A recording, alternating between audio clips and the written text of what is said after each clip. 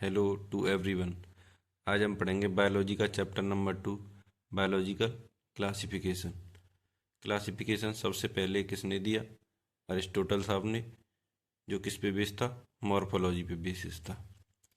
Plant को divide किया उन्होंने 3 पार्ट्स में, ट्री, श्रब और हर्ब में। और एनिमल को रेड ब्लडेड और did not have read blood, जो लाल रक्त या लाल खून रखते थे, जो लाल रक्त नहीं रखते थे। उसके बाद आए कैरोलस लीनस। कैरोलस लीनस ने टू किंगडम सिस्टम दिया, जिसमें एक प्लांटी था, दूसरा एनिमेलिया था। जो ये सिस्टम दिए गए अरिस्टोटल और लीनस साहब के द्वारा, this system did not distinguish, ये सिस्टम डिफ्रेंशिएट नहीं कर पा रहे थे प्रोकैरियोट को यूकैरियोट से, यूनिसेलुलर को मल्टीसेलुलर से, फोटोसिंथेटिक ग्रीन एल्गी को नॉन फोटोसिंथेटिक फंजाई से। उसके बाद आर एच विटेकर आए। आर एच विटेकर 1969 में 5 किंगडम क्लासिफिकेशन दिया। कौन कौन से 5 किंगडम दिए? Kingdom Monera, Protista, Fungi, Plantae और एनिमेलिया। क्राइटेरिया क्या था इनके क्लासिफिकेशन का? सेल का structure, body organisation, mode of nutrition, reproduction और फाइलोजेनेटिक रिलेशनशिप। फाइलोजेनेटिक यानी कि इवोल्यूशनरी रिलेशनशिप, जो इवोल्यूशन पे बेसिस थी। उसके बाद दिया गया 3 डोमेन सिस्टम।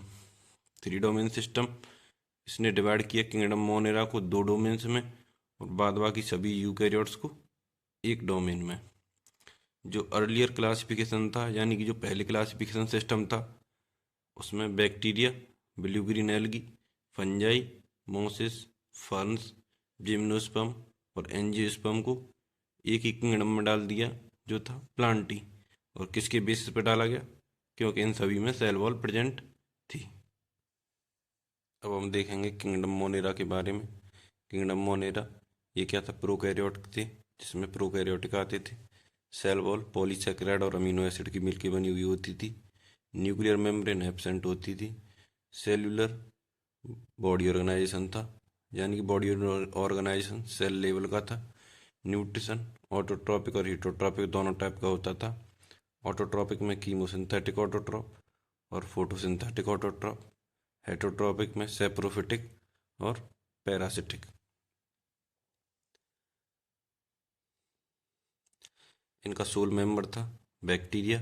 किंगडम मोनेरा का सोल मेंबर बैक्टीरिया होता था। बैक्टीरिया अकर एवरीवेयर, बैक्टीरिया ज़्यादातर हर जगह पाए जाते हैं। Live in extreme habitats, extreme habitats में रहते हैं जहाँ बहुत कम लाइफ फॉर्म सर्वाइव करती हैं, जैसे हॉट स्प्रिंग, डेजर्ट्स, स्नो और deep ocean. Many of them as parasite, उनमें से ज़्यादातर क्या होते हैं? पैरासिटिक फॉर्म में पाए जाते हैं। शेप ऑफ बैक्टीरिया, बैक्टीरिया चार शेप के होते हैं। पहले स्पेरिकल, जो कोकस होता है। Rod shape bacillus, comma shape विब्रियम और स्पाइरल शेप स्पाइरोलम। ये इसकी शेप है। कोकस, ये बैसिलस, रॉड शेप, विब्रियम ये कॉमा शेप और स्पाइरोलम स्पाइरल शेप। बैक्टीरिया सिंपल होते हैं स्ट्रक्चर में और कॉम्प्लेक्स होते हैं बिहेवियर में। Bacteria as a group show करेंगे मोस्ट एक्सटेंसिव मेटाबॉलिक डाइवर्सिटी, यानी कि बैक्टीरिया एक ग्रुप के रूप में most extensive metabolic diversity show करेंगे। बैक्टीरिया 2 टाइप के होते हैं, आर्की बैक्टीरिया और eubacteria. Archaebacteria, archaebacteria most harsh habitats में पाए जाएंगे, जैसे साल्ट एरिया में हेलोफाइल्स। साल्ट एरिया में पाए जाने वालों को हेलोफाइल्स कहते हैं। हॉट स्प्रिंग में पाए जाने वालों को थर्मोएसिडोफाइल्स। मार्स एरिया में पाए जाने वालों को methanogens. Different from other bacteria in different cell wall structure. Archaebacteria different होते हैं अदर बैक्टीरिया से, किसमें? सेल वॉल स्ट्रक्चर में, क्योंकि इनका सेल वॉल सीडोम्यूरिन की बनी हुई होती है, जबकि अदर बैक्टीरिया की किसकी बनी हुई होती है? पेप्टाइडोग्लाइकन की, यानी कि पॉलीसैकेराइड प्लस अमीनो एसिड की। मिथेनोजेंस, मिथेनोजन क्या होते हैं? ये गट ऑफ रूमिनेंट एनिमल्स यानी कि र्यूमेन वाले एनिमल्स में पाए जाएंगे। जिन एनिमल में र्यूमेन पाया जाता है जैसे काव और बफेलो। मेथेनोजन रेस्पॉन्सिबल होते हैं मीथेन गैस के प्रोडक्शन के लिए, जो किस कहाँ से होगा, डंग of these animals. Methane methanogen act करेंगे डंग पे और मीथेन गैस क्या करेंगे, रिलीज करेंगे। दूसरा आता है आर्कीबैक्टीरिया के बाद यू बैक्टीरिया। यू बैक्टीरिया को ट्रू बैक्टीरिया भी कहा जाता है। ये करेक्टराइज होते हैं रिजिड सेल वॉल, यानी कि इनको पहचाना जाएगा रिजिड सेल वॉल की प्रेजेंस के कारण। यदि मोटाइल होंगे तो ये क्या होंगे, इनमें फ्लैजेला प्रेजेंट होंगे।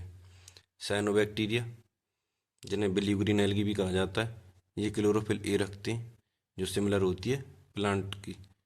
इसके कारण क्या होते हैं, ये फोटोसिंथेटिक ऑटोट्रॉप होते हैं।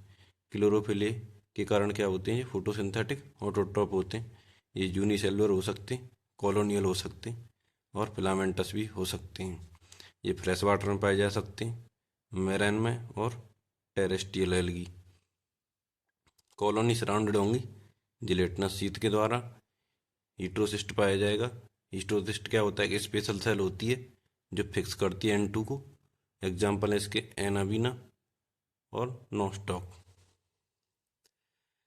कीमोटोट्रॉपिक बैक्टीरिया ऑक्सीडाइज करेंगे नाइट्रेट, नाइट्राइट और अमोनिया को और ATP प्रोड्यूस करते हैं।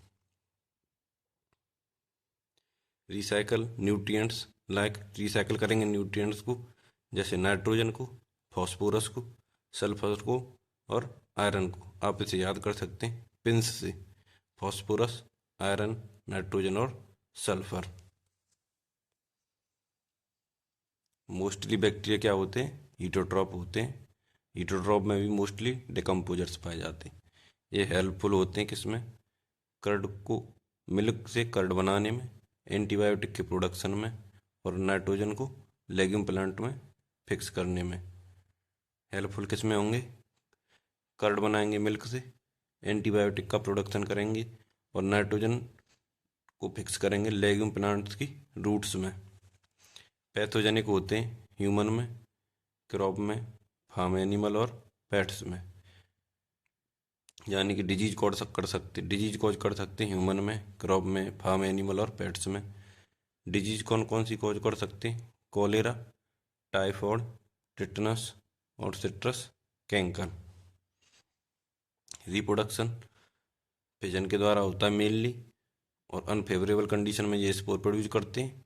और कंजुगेशन में क्या होता है, DNA ट्रांसफर होता है वन बैक्टीरिया से अदर में।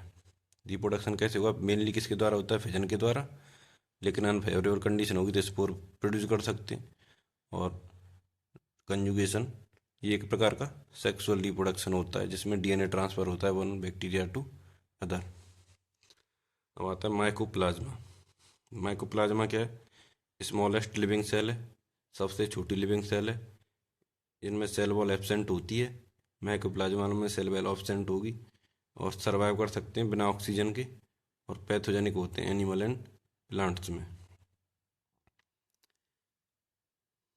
ये हो गया माइकोप्लाज्मा। ये किंगडम मोनेरा कंप्लीट हो गया। अब अगली वीडियो किंगडम प्रोटिस्टा की। अगर आपको वीडियो अच्छी लगी हो तो लाइक, शेयर और सब्सक्राइब करें। और थैंक यू।